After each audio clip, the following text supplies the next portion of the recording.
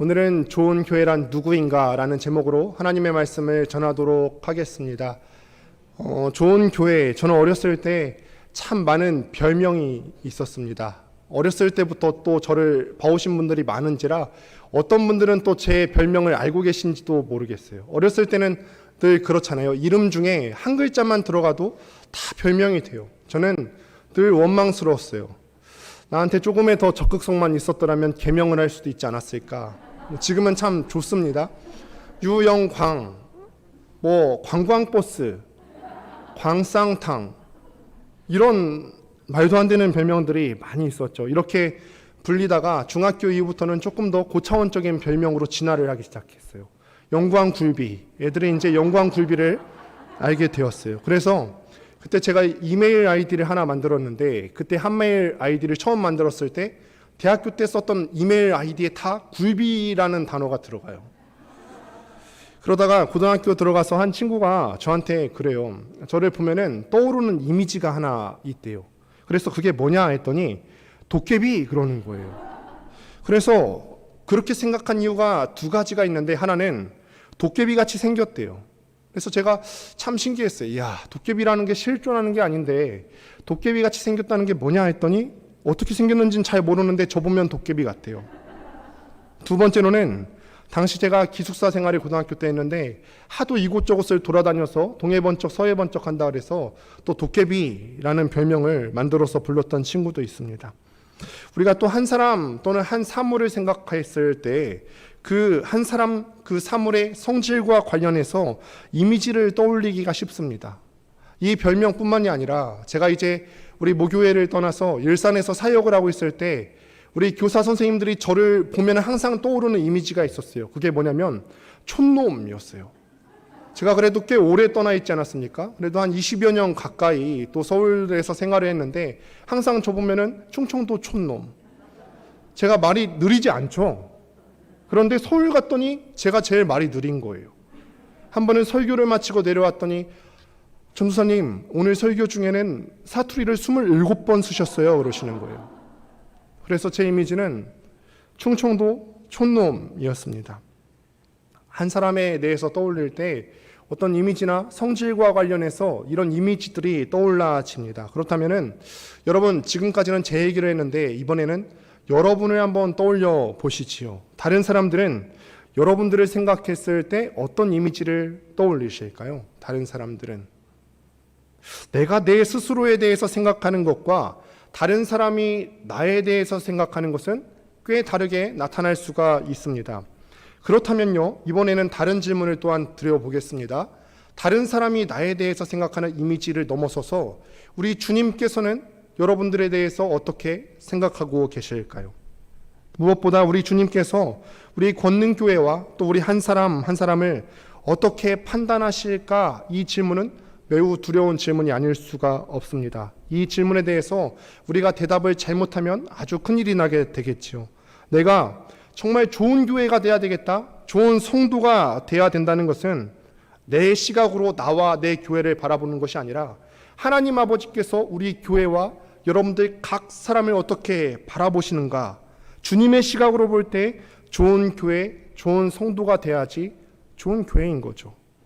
저는 데살로니가 전서 말씀을 통하여서 과연 이 하나님의 말씀 성경이 말하는 성도가 무엇인가, 좋은 교회가 무엇인지, 그리고 이 성도들의 모임이 공동체인데, 교회인데 이 교회가 과연 어떤 공동체가 되어야 되는지를 깊이 있게 또 묵상할 수 있게 되기를 바랍니다. 오늘 본문을 시작하면서 세 사람이 나오게 되죠. 바울과 실루아노와 또 디모데라고 하는 사람이 나오게 됩니다. 바울은 우리가 이미 잘 알고 있는 사람이죠. 아주 유명한 사람입니다. 실루아노도 이미 우리가 잘 알고 있는 사람입니다. 우리가 이제 헬라식 이름으로 하면은 이제 실라라고 하는 사람인데, 실루아노라는 것이 이제 헬라식 이름이고 실라는 히브리 이름으로 실라입니다.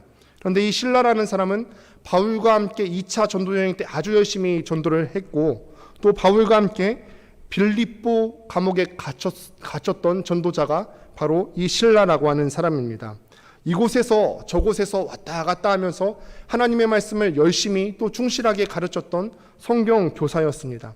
그리고 마지막에 나오는 이 디모데는 집안 대대로 또 신실한 그리스도인의 집안이에요. 외할머니도 그렇고 또 자기 어머니도 그렇고 신실한 그리스도인이었고, 자기 자신도 하나님 앞에 신실한 그리스도인으로 살다가 나아가서 한 지역교회 에베소 교회에 담임 목회를 했던 아주 충성스러운 일꾼이죠. 그런데 지금 1절에 나오는 이 세 사람, 바울과 실라와 디모데가, 이 세 사람이 아주 이 데살로니가 교회를 사랑했습니다.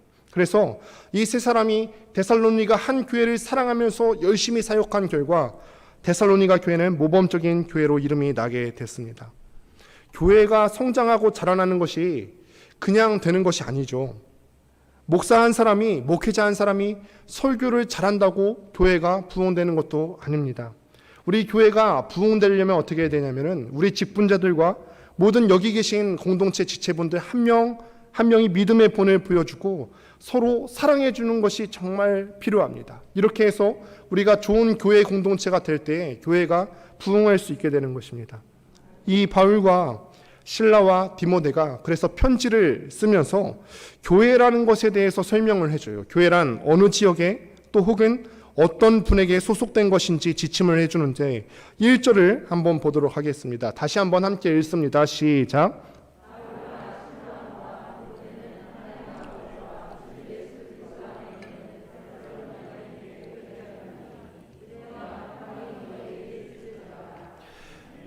교회가 어디 안에 있다고 기록을 하죠? 교회가 어디 안에 있습니까? 하나님 아버지와 주 예수 그리스도 안에.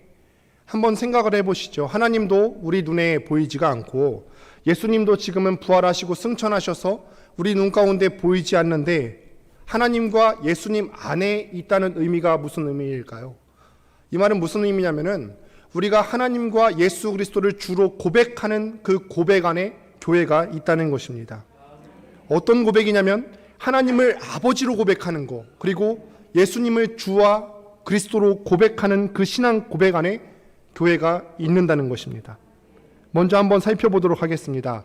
그렇다면은 하나님을 아버지로 고백하는 그 고백 안에 교회가 있다고 했는데 하나님을 아버지로 고백한다는 말이 어떤 의미가 있을까요? 우리가 자주 하는 말이잖아요. 나는 하나님의 아들이다. 나는 하나님의 아들이다. 나는 하나님의 딸이다. 자주 고백하는데 여기에 대해서 진지하게 생각해 보신 적이 있으십니까? 하나님을 아버지로 고백한다면, 내가 하나님을 아버지로 고백하면 나는 하나님의 아들이고 하나님의 딸이 되는 것이죠. 하나님의 자녀가 된다는 것은 아버지이신 하나님의 인격을 담는 것이고 하나님의 능력과 권위를 힘입는 것이고 마지막에는 하나님께서 우리에게 약속하신 그 기업을 받는다는 거예요. 그것이 하나님을 아버지로 고백한다는 것의 의미입니다. 우리는 모두 그 고백을 하는 사람들입니다. 이게 교회예요. 데살로니가 지역은요, 지금 헬라 문화의 이 영향을 많이 받고 있었던 그런 지역이었기 때문에 그리스인들의 다신 문화의 영향을 참 많이 받고 있었던 지역입니다. 그렇기 때문에 이들이 지금 하나님 앞에서 바울이 지금 나는 하나님의 아들이라 라고 말했을 때는요, 신의 아들, 신의 딸이라고 하는 의미가 되는 것입니다. 여러분 이거 인정하실 수 있으시겠습니까? 내가 하나님의 아들이라고 하는 것은 이 세상에 유일하신 신의 아들이다. 내가 신의 아들 맞습니까? 여러분들 신의 딸 맞습니까? 여러분 이거는 우리가 지금 과장해서 말하는 것이 아닙니다. 이거는 직설적이고도 우리 삶에 나타나는 현실입니다. 왜 그런지 한번 보시도록 하겠습니다. 사도행전의 기록을 보면요, 이 교회들 가운데 어떤 생활이 나타났는지에 대해서 아주 잘 나타나 있습니다. 바울과 실라가 복음을 전하다가 빌립보 감옥에 갇혀 있었죠. 그런데 하나님을 사모하는 마음이 너무 뜨거웠어. 그 안에서도 하나님께서 역사하시는 그 믿음의 증거들이 나타나니까 이거를 찬양하니까 어떤 일이 발생했죠?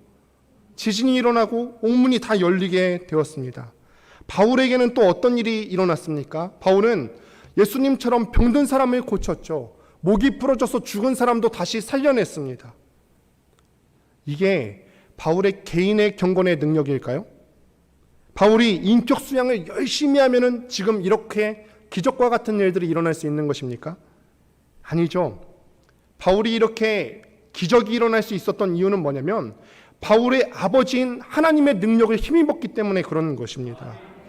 그 아버지의 능력으로 바울이 지금 이런 기적과 같은 일들을 행할 수 있었다면은, 우리에게 진실로 내가 하나님의 아들이고 하나님의 딸이라면은 바울에게 있었던 그 기적과 같은 일들이 우리에게도 일어나야 되는 것 아니겠습니까? 우리를 통해서도 그 능력과 권위를 행하실 줄로 믿습니다. 여러분, 다시 한번 묻습니다. 그렇다면은 이런 사실에 기반해서 여러분은 하나님의 자녀 맞으십니까? 여러분에게는 그 능력이 있으십니까? 방금 전까지 아멘 하셨는데요.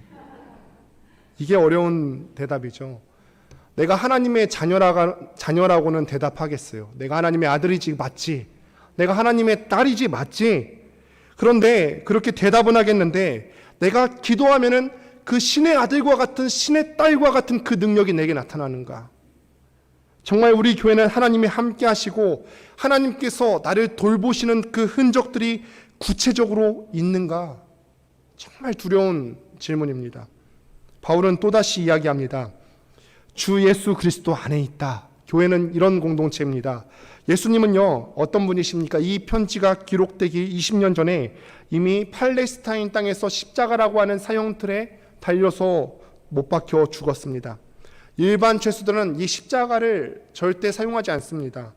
당시 로마의 저명한 정치가이자 철학자였던 키케로가 십자가는 결코 사람이 할 것이 아니다 라고 말을 할 정도로 굉장히 두려워했던 사형틀입니다.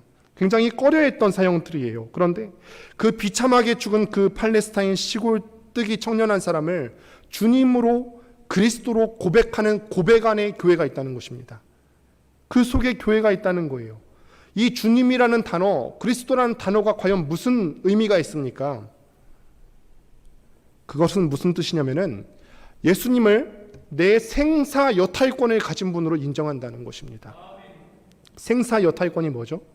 생사 여탈권. 내게 하나님께서 무엇인가 뜻이 있으셔서 여러분들을 다 이 땅 가운데 보내셨습니다. 믿습니까? 그 두신 뜻과 목적을 이루시기 위해서 때로는 나를 죽이시기도 하시고 살리시기도 하는 주권을 가진 분으로 인정한다는 것입니다. 우리가 기도할 때는 살려달라고만 하죠. 더 잘 살려달라고만 기도하죠. 그런데 우리가 그리스도를 주라 인정하는 그 고백 안에는 생사 여탈권이 포함이 되는데, 거기는 살려달라는 기도의 내용뿐 아니라 때로는 주님 뜻이거든 내가 죽어지겠습니다 라고 하는 고백도 있어야 된다는 거예요. 내가 그의 종이다 라고 하는 그 고백이 또한 있다는 것입니다. 다시 한번 또 묻습니다. 그렇다면은 이 고백 안에 있는 것이 교회인데 저와 여러분은 그리스도의 종이 맞습니까? 주님이 우리 권능교회를 세우시기도 하시고 부흥되게 하시기도 하시고 없애시기도 하는 분이신 줄로 믿으십니까? 주님이 여러분들의 가정을 세우실 수도 있고 처분하실 수도 있음을 정말 인정하십니까? 그게 우리가 그분을 나와 나의 주와 그리스도로 인정한다는 것입니다. 예수님께서는요, 정말로 다시 한번 물으실 때 나와 우리 가정, 우리 교회에 대해서 우리와 함께 동역하기를 원하시는 그런 일들이 있으십니까? 지금 이 순간에도 주님께서 우리에게 말씀하시는 거죠. 나는 너와 정말 동역하기를 원해. 너와 같이 내 뜻을 이루어가기를 원한다. 나는 권능교회와 동역하는 것이 정말 기뻐. 우리 주님께서 정말 우리 교회를 바라보실 때, 여러분들 성도 한 명 한 명을 바라보실 때 이렇게 인정하시겠습니까? 두려운 말이 하나 더 있는데요. 좋은 교회라는 말과 좋은 성도라는 말이 또한 다르다는 거예요. 좋은 교회 안에 나쁜 성도가 있을 수 있습니까? 없습니까? 있습니다. 좋은 교회 안에 나쁜 성도가 있을 수 있어요. 나쁜 교회 안에 좋은 성도가 있을 수 있습니까? 없습니까? 있습니다. 나쁜 교회 안에도 얼마든지 좋은 성도가 있을 수 있습니다. 그러니 여러분, 이 질문을 우리가 받을 때 공동체 전체에 던지는 질문으로 받지 마시고 나 개인에게 던지는, 여러분들 개인에게 던지시는 주님의 질문으로 받으셔야 될 줄로 믿습니다. 여러분의 이름을 다시 한번 떠올려 보십시오. 권능교회에 던지는 질문이 아니라 여러분들 각 개인에게 던지는 질문입니다. 한번 떠올려 보십시오. 정말 우리 주님께서는 여러분들과 동역하기를 원하시고 기뻐하십니까? 교회에서 목회자나 또는 여기 계신 장로님들이나 권사님들이나 또 여러분들에게 또한 권면합니다. 이 교회의 주인은 예수님 한 분뿐이십니다. 담임 목사님도 아니시고요, 장로님들도 아니시고 권사님들도 아니시고 모든 직분자 여러분 아니십니다. 그러니 여러분들 교회에서 말하실 수 있는 분은 예수님 한 분뿐이셔야 됩니다. 교회에서 그래서 말할 때, 행동할 때 우리가 정말 두려워하셔야 돼요. 할 수 있는 말이라고 해서 다 할 수 있는 것이 아니죠. 따질 수 있는 것이라고 해서 다 따져 물을 수 있는 것이 아니에요. 말할 수 있는 분은 한 분 예수 그리스도셔야 합니다. 그래서 오늘 이 시간에 우리 주님께서 교회를 조심스럽게 대하는 마음을 우리 영혼 각자에게 부어주시기를 바랍니다. 또한 교회를 보시면은 지금 한 지역에 속해 있습니다. 데살로니가인들의 교회는 데살로니가라고 하는 지역에 속해 있습니다. 한 사람이 그 지역에 정착해서 믿음이 잘 자라나고 성장한다고 하는 것은 여간 어려운 일이 아닙니다. 여러분도 이 데살로니가 지역에 대해서 좀 살펴보셔야 하는데, 데살로니가도 마찬가지입니다. 데살로니가라고 하는 이름을 얻게 된 것도 참 대단한 일인데요. 여러분도 잘 아는 역사 위인이 있는데 4세기가량의 주전 4세기 대단한 황제 한 사람이 있었어요. 아주 젊은 황제 알렉산더라고 하는 황제를 여러분들이 대부분 아실 것입니다. 알렉산더가 굉장히 짧은 시기에 젊은 나이에 대제국을 이루었는데 그 대제국이 알렉산더가 죽게 되자 사분할되었습니다. 그때 그리스 지역, 현재 마케도니아와 아가야 지역을 다스리던 왕이 세워지는데 그 왕의 이름이 카산더라고 하는 왕입니다. 그런데 중요한 사실은 무엇이냐면 이 카산더의 부인의 이름이 데살로니키라고 하는 사람이에요. 어떤 것인지 감이 오십니까? 이 왕의 부인의 이름이 데살로니키입니다. 여러분 한번 생각해 보시면은 이 카산더라고 하는 왕이 이 지역을 얼마나 소중하게 여겼으면은 자기 부인의 이름을 따서 데살로니카라고 지었겠습니까? 왕이 그 지역에 가족의 이름을 붙였다면은 그 지역이 얼마나 발전된 도시였겠습니까? 실제로 그랬습니다. 이 로마 제국을 전체를 보시게 되면은 로마 제국에는 수도가 두 개가 있게 됩니다. 동쪽에는 지금의 이스탄불이라고 하는 콘스탄티노플이라고 하는 도시가 있었고, 서쪽에는 로마라고 하는 도시가 있었어요. 그런데 이 동쪽의 수도와 서쪽의 수도를 연결해주는 경부고속도로와 같은 도로가 하나 있었어요. 비아 에그노티아라고 하는 도로인데, 그런데 이 경부고속도로 가운데에 바로 데살로니카라고 하는 지역이 있는 것입니다. 지도를 보시게 되면은 맨 위에 데살로니카가 있게 되고요. 여러분들 보이시죠? 그런데 그 데살로니카에서 밑으로 쭉 내려가다 보면은 아덴이라고 하는 지역이 나오고, 그리고 그 옆에 고린도라고 하는 지역이 있는데, 지금 이 편지의 상황을 보면은 바울이 고린도에서 데살로니가의 교회의 소문을 듣고 데살로니가 교회에 편지를 보내게 되는 그런 상황입니다. 지금 데살로니가를 잘 살펴보시게 되면요, 육로로 봐도 가운데에 있고요, 해로로 봐도 여기저기 사방팔통할 수 있는 중심지에 위치해 있게 됩니다. 그래서 이곳은요, 사람이 빈번하게 다녔던 곳이고, 그뿐만 아니라 사람이 다니다 보니까 문화가 많이 타락하게 되었어요. 뿐만 아니죠, 여러분 역사 시간에 한번 들어보신 적이 있으실 수도 있을 것 같은데, 삼두정치라고 들어보셨습니까? 삼두정치, 이 로마가 황제가 통치하는 나라가 되기 이전에 3명의 힘 있는 사람들이 나누어서 집권하던 때가 있었는데, 이 시기가 2번에 걸쳐서 있었던 적이 있습니다. 그런데 이 2차 삼두정치 때 일입니다. 3명의 사람들이 실권을 쥐기 위해서 막 전쟁을 벌였어요. 그 중에 이제 옥타비아누스라고 하는 사람이 있었어요. 나중에 성경에 보면은 아구스토라고 하는 사람이 옥타비아누스라는 사람이에요. 그런데 이 데살로니카라고 하는 지역이 이 아구스토를 지지했던 겁니다. 그래서 데살로니가 사람들이 지지한 끝에 결국은 옥타비아누스가 실권을 잡게 되죠. 그러니 이 황제가 얼마나 이 지역에 대해서 고마웠겠습니까? 그래서 이 데살로니가라고 하는 지역이 로마 제국 내에 속해 있음에도 불구하고 모든 세금을 다 없애주었어요. 여러분, 육로로도 가운데 있죠, 해로로도 가운데 있죠, 또 사람들 왔다 갔다 하죠. 세금까지 면제가 됩니다. 돈 있는 사람들이 돈 벌려고 다 모여들지 않았겠습니까? 사람들만 모이는 것뿐만이 아니라 또 죄악도 이곳에서 많이 일어나지 않았습니까? 여러분, 그래서 생각해 보십시오. 도로가 잘 놓여져 있고요. 배가 많이 다니고 세금도 없습니다. 돈 많고 사업하겠다는 사람들이 다 이곳에 모였습니다. 그래서 이 도시에 별명이 하나가 붙게 되는데 그것이 무엇이냐면 전 마케도니아인의 어머니라고 하는 명칭이 붙게 됩니다. 이 지역의 어머니 같은 도시가 바로 데살로니가였습니다. 타락한 문화가 또 함께 왔죠. 또 박해를 견디지 못하고 떠났던 유대인들도 나중에는 그 지역으로 다 돌아왔습니다. 그래서 유대교 회당을 만들게 되는데 바울과 실라와 디모데가 그곳에서 복음을 전하다가 동족이었던 유대인들에게 박해를 받아서 쫓겨나게 됩니다. 굉장한 박해를 다니죠. 그래서 이웃 도시인 베레아라고 하는 지역으로 가게 됩니다. 사도행전 17장 11절을 함께 보도록 하겠습니다. 함께 읽습니다. 시작.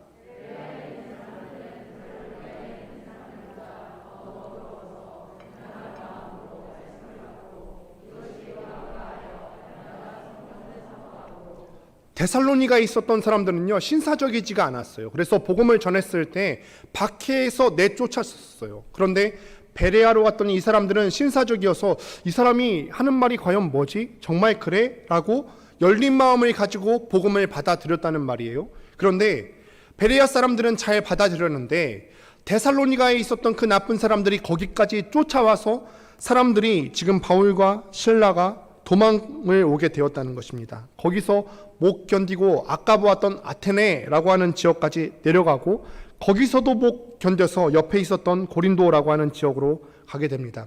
그곳에 있으면서 이 디모데를 통하여서 데살로니가 교회의 소식을 막 듣게 되는 것입니다. 들어보니까 좋은 소식도 있고 어떤 많은 질문들도 있습니다. 그래서 바울이 처음에 편지를 써서 올려보냅니다. 그 편지가 바로 데살로니가 전서입니다. 정말 극심한 박해가 밖으로부터 들어왔어요. 그리고 그 안에는 아까도 얘기했지만 풍족한 물질 문명과 타락한 성문화가 그들의 영혼을 좀 먹을 수가 있습니다. 그 가운데 존재하는 것이 바로 교회라는 거예요. 우리도 마찬가지 상황 가운데 살고 있죠.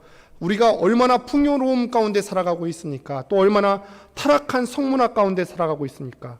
오늘 우리가 뉴스를 보니까 미국에서는 이제 동성 결혼이 전 미국에서 합법화가 되었어요. 우리가 이렇게 타락한 사회 가운데 살아가고 있어요. 교회는 항상 이 양면성 가운데 위치하고 있는데 그 교회를 향해서 바울이 인사하기를 1절 하반부에 이렇게 인사합니다. 다시 한번 본문 1절을 읽습니다. 시작.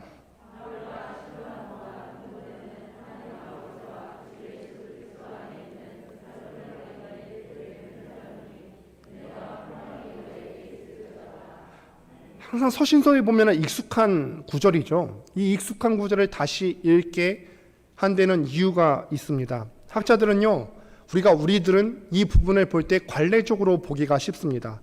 로마 사람들은 편지 쓸 때 그냥 이렇게 썼어요. 앞에 보면 누구누구에게 평안이 있을지어다, 은혜가 있을지어다, 이런 식으로 썼습니다. 그런데 모양이 같다고 질이 다 같은 것은 아닙니다. 지금 어머니가 지금 옆에 앉아 계시지만 그 서울에 있었을 때 전화를 하면은 늘 그렇게 물어보세요. 잘 잤냐고 물어보세요. 잘 잤으니까 전화하는 건데 항상 물어보세요. 어릴 때부터 모든 걸 어머니들이 뒷바라지를 하지 않습니까? 오줌 똥기저귀 갈아주고 밤낮 정성으로 어머니들이 다 길러주십니다. 학교를 다닐 때에도 어머니들은 항상 학생들보다 먼저 일어나서 자기의 자녀들을 뒷바라지하지 않습니까? 그러면 항상 깨워주시면서 잘 잤니? 묻습니다. 수능 날 때도 그렇게 물으셨어요. 어머니는 기억이 나실지 모르겠는데 저는 기억이 나요. 수능 때 깨워주시면서 잘 잤어? 그러시는 거예요. 잘 잤겠어요? 수능 날인데. 근데 온 세상의 모든 어머니들이 다 그러시는 거예요. 당신 몸이 좋으나 안 좋으나 그냥 자식들 걱정 먼저예요. 자식들 걱정 먼저죠. 그러니 아침마다 묻는 것입니다. 잘 잤니? 말은 다 똑같은 잘 잤니인데 그 내용의 질이 같습니까? 다릅니까?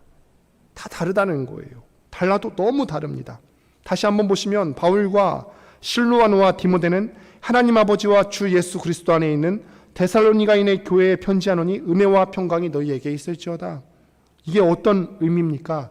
지금 이 한 절 안에 교회가 어떤 위치에 있으며 교회가 무엇인지에 대해서 다 설명했습니다. 그래서 저는 이 본문을 보면서 말씀을 준비하면서 간절하게 기도를 하게 됩니다. 하나님, 우리 권능교회에도 이런 거룩한 인사가 나누어졌으면 좋겠습니다. 엄청난 박해와 유혹이 있죠. 우리가 또한 신앙생활하면서 얼마나 타락한 사회 가운데 살아갑니까? 이런 엄청난 박해와 유혹을 견디고 목숨을 걸고 신앙생활했던 그 성도들이 주일에 교회 와서 살아있었네. 나도 신앙생활하느냐고 정말 처절하게 일주일 동안 싸웠는데 나도 포기하지 않고 이 자리 가운데 왔는데 자네도 그렇게 살아있었네. 신앙적으로 살아있었네.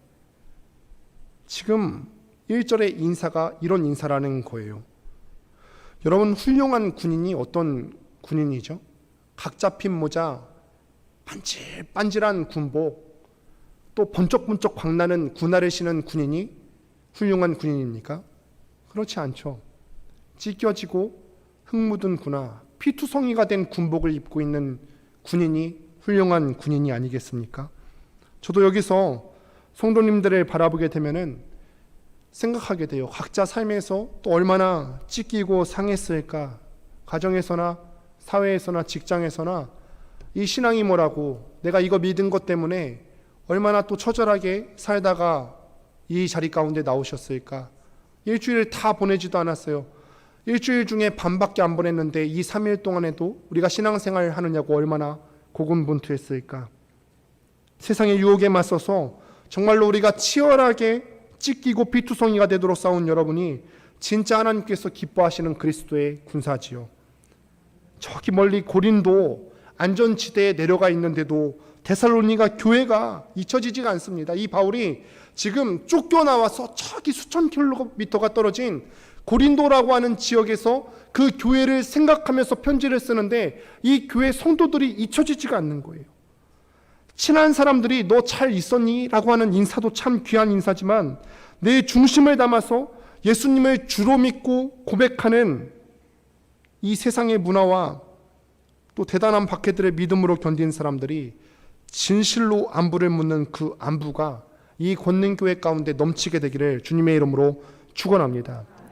이 데살로니가 교회가 얼마나 아름다웠는지 그 멀리 고린도에 내려가 있는 바울의 머릿속에 끊임없이 생각나는 거예요. 그 교회가 얼마나 선한 행실이 넘쳐났으면요, 그 당시 인터넷이 되지도 않는 시대에 1000km가 넘는 그 지역까지 소문이 났겠습니까? 우리 권능교회가 선거읍에 소문이 났습니까? 직산읍에 소문이 났습니까? 우리의 선한 행실이 차고 넘쳐서 이 지역사회 가운데 소문이 났습니까? 우리 교회도 이런 소문이 나는 교회가 되게 될 줄로 믿습니다. 바울이 1차, 2차 전도 여행을 다니면서 얼마나 많은 지역을 다녔습니까? 그런데 그 멀리 떠나서도 데살로니가 교회는 잊혀지지가 않는 것입니다. 그것이 2절과 3절의 내용인데 헬라어 원문을 풀었으면 이렇게 됩니다. 제가 글자로 또 한번 적어왔는데 제가 읽어보겠습니다. 기도 가운데 너희를 계속 말하게 되고 너희의 신실한 사역들과 사랑을 담은 수고, 소망 가운데 견디는 인내를 끊임없이 기억하게 하는 너희 모두로 인해 내가 지금도 계속 감사하게 된다. 바울이 이 데살로니가 교회를 개척하고 밑으로 내려가고 쫓겨갔는데 이상하게 기도하면은 데살로니가 교회가 계속 생각이 나는 것입니다. 왜냐하면은 그 어려운 상황 가운데서도 정말 물질적으로는 풍요로웠지만 신앙적으로는 얼마든지 위기 상황 가운데 빠질 수 있는 그 어려운 상황 가운데서도 그들이 신실했기 때문에, 그 어려운 상황 가운데서도 그들이 믿음을 지켰기 때문에 이 목회자가, 그 교회가 너무나 생각이 나는 것입니다. 3절에 설명하는 그들의 모습이 계속 생각나는 것입니다. 그들의 믿음과 사랑으로 수고하는 것과 소망으로 인내하는 그 모습들이 계속 생각이 납니다. 나는 지금 목회자로서 안전지대 고린도 지역에 있는데 안전하지 않은 이 데살로니가 교인들을 생각할 때마다 머리에 계속 맴돌고 걱정이 되니까 기도하지 않을 수가 없는 것입니다. 그런데 그 기도의 내용이 뭐냐면 그 교인들 때문에 감사가 멈추지 않는다는 것입니다. 그럼 여러분께 다시 한번 또 묻습니다. 우리 권능교회는 이런 교회일까요? 이런 교회 맞습니까? 우리 주님께서 우리 권능 공동체를 기억하실 때 이렇게 기억하실까요? 주님께서 권능교회를 보시니까 사람들 사이에 너무 따뜻한 거예요. 새 가족이 오면은 너무 따뜻해서 자기가 먼저 등록하기도 전에, 옆에서 등록하라고 말하기도 전에 등록하고 싶고, 그들의 사역이 얼마나 신실한지, 또 그들의 수고는 얼마나 따뜻하고 얼마나 고맙고 얼마나 감사한지, 온갖 어려움과 유혹 가운데서 그들이 인내하는 그 인내는 얼마나 고맙고 감사한지 우리 주님께서 우리 교회를 바라보실 때 끝까지 기억하시고 인정하실 만한 그런 교회가 지금 되어 있으십니까? 여러분 한 분 한 분이 그렇게 기억되고 있습니까? 여러분 말씀을 맺습니다. 바울과 실라와 또 디모데 같은 그런 목회자, 또 그들의 가르침을 받아서 어떤 박해와 유혹도 견뎌내고 말할 수 없는 감사를 받는 그런 교회, 우리 권능교회가 그런 교회가 되고, 여러분들 한 분 한 분이 그런 성도가 되어서 우리 교회가 날마다 주님 앞에 기억되는 그런 소중하고 그런 감사한 교회 될 수 있게 되기를 주님의 이름으로 축원드립니다.